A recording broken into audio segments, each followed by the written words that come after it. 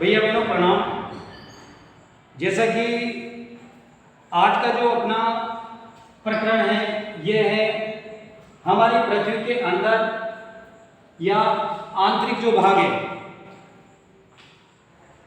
बच्चों, हमारी जो पृथ्वी है यह एक गतिशील ग्रह है और इसके अंदर व बाहर निरंतर परिवर्तन होता रहता है। तो जैसा आज का अपना विषय आंतरिक भाग अर्थात जो हमारी पृथ्वी है, इस पृथ्वी के अंदर किस प्रकार के जो आपने देखा होगा जिस प्रकार से प्याज होता है और उस प्याज की तरह ही हमारी जो पृथ्वी है, जैसे प्याज में अनेक प्रकार की जो परतें होती है, छोटी छोटी प्याज को देख करके और आपको ज्ञात हो जाएगा कि उसकी जो अनेक प्रकार की परतें होती है, उसी प्रकार से जो हमारी पृथ्वी है इसके अंदर भी अनेक प्रकार की परतें होती हैं।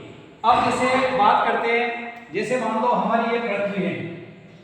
अब इस पृथ्वी के जो ऊपर वाला जो भाग है इसे कहते हैं हम भूपर्पटी। किस नाम से जाना जाता है? भूपर्पटी के नाम से जाना जाता है। तो ये जो भूपर्पटी है यही एक हमारा स्थलमंडल का जो भाग है, ये भी एक है। तो जैसा कि भूपर्पटी जो है ये पृथ्वी की सतह की सबसे जो ऊपरी परत है जिसे हम भूपर्पटी के नाम से जाना जाता है।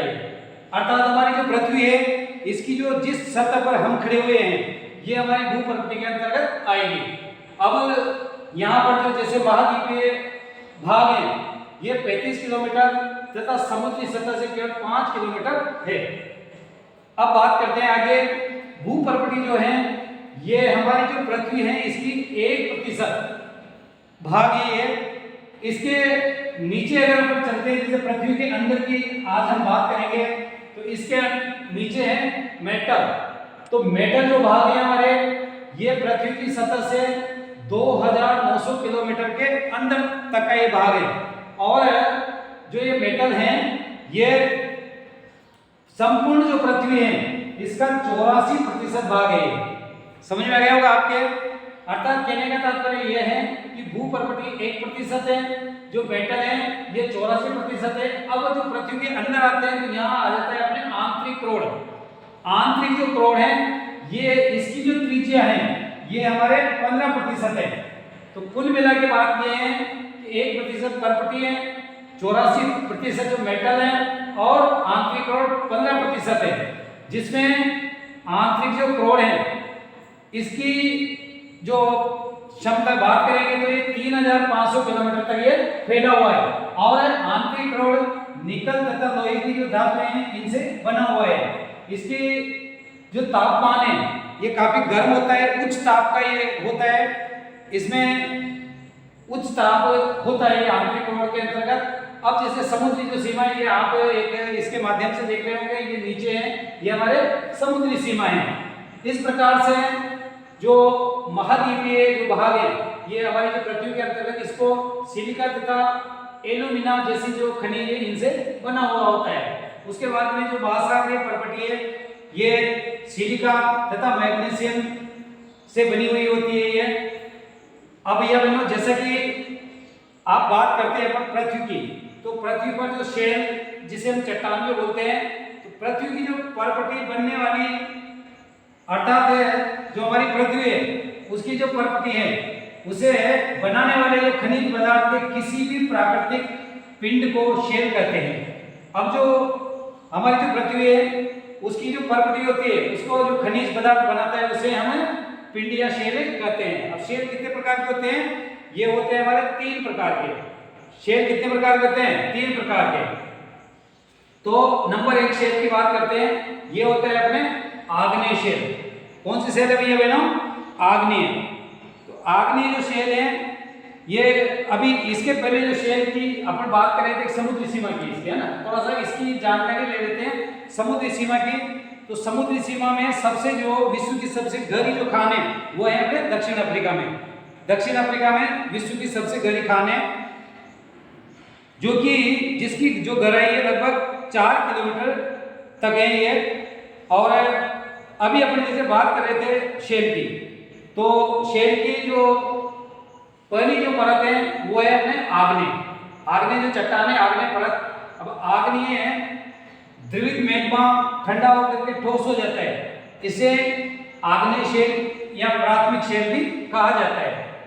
तो समझ में आ गया आपके, द्रवित जो मैग्मा है वो ठंडा होकर के, और जैसे अभी आपने देखा होगा और पढ़ा भी होगा, तो कई जो हमारे ज्वालामुखी, ये एक जैसे ये ज्वालामुखी है हमारे, अब ज्वालामुखी का अंदर से जो गर्म लावा निकलता है बाहर, तो धीरे धीरे करते करते वो ठंडा हो जाता है, तो ये द्रवित मैग्मा, और इसे लावा भी बोलते हैं।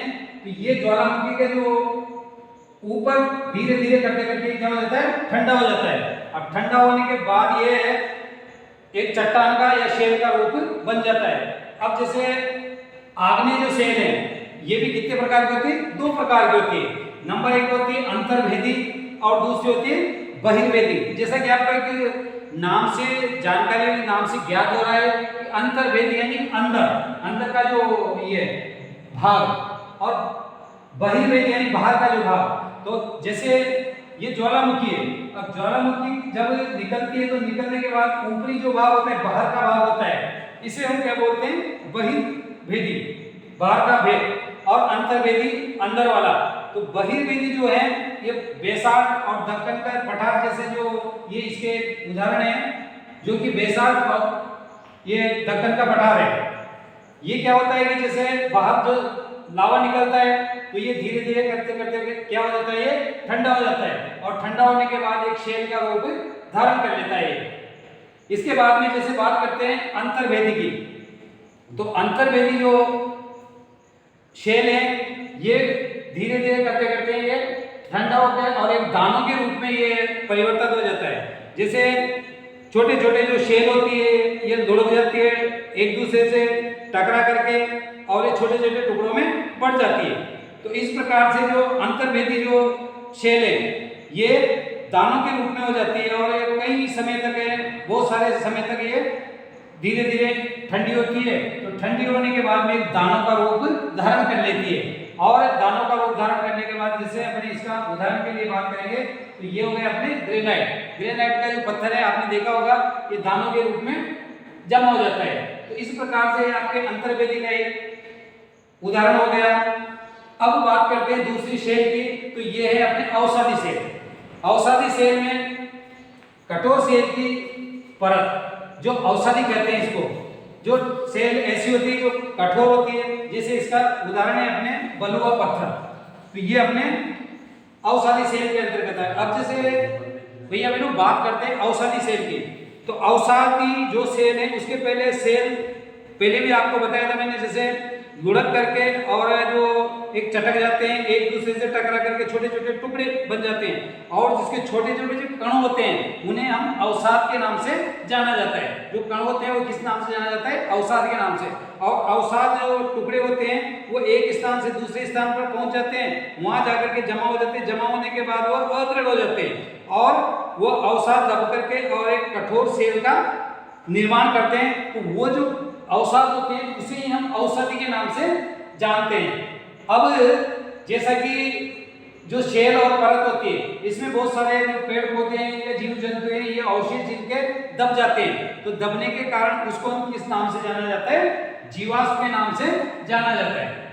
जैसे शेल या परतों में दबे मृत पौधे एवं जंतुओं के अवसाद को जीवाश्म कहते हैं। कायांतरित जो शेल की बात करते हैं, नंबर 3, पहली नंबर 1 थी अपने आग्नेय, दूसरी अवसादी, और नंबर तीसरी शेल अपने कायांतरित शेल। तो कायांतरित शेल जो है ये आग्नेय और जो अवसादी, यानी आग्नेय और अवसादी दोनों जो शेल हैं, इन दोनों शेलों के मिलने से ही, अर्थात आग्नेय और अवसादी शेल उच्च दाब व ताप के कारण ये कायांतरित शेल में परिवर्तित हो जाती है। अर्थात ये दोनों शेलें उच्च दाब के कारण ये इसमें कायांतरित शेल में परिवर्तित हो जाती है। जैसे आपने देखा होगा चिकनी मिट्टी है, चूना पत्थर है, संगमरमर में ये बदल जाता है। इस प्रकार से ये अपनी तीसरी शेल हो गई कायांतरित शेल। आज जो अपना जो पृथ्वी का जो भाग है इसमें अब जैसा कि ये आग्नेय और ये पुनः जो ठंडा होकर के और इसमें बदल जाता है। तो इस प्रकार से तीनों सेलों के बारे में आपको ये जानकारी दी और हमारी जो पृथ्वी की इसका जो आंतरिक भाग है ये आपके समझ में आ ही गया होगा। अब जैसे आप जानते हो कि देखा है आपने भी बहुत सी बार कि हमारे जो बहुत सारे जो ईंधन होता है जैसे कोयला है, प्राकृतिक गैस है, पेट्रोलियम है और इसके अलावा जो औषधीय हैं ये सब हमारी जो पृथ्वी है इसके जो सेलें होती है पृथ्वी के अंदर से ये हमें प्राप्त होता है। अब आज का जो जैसे आपको दो प्रश्न इसके माध्यम से करना है।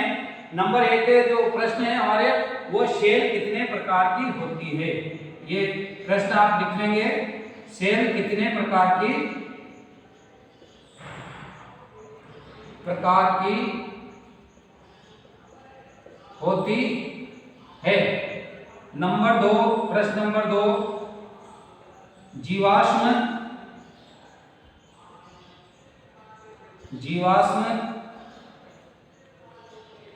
किसे कहते हैं।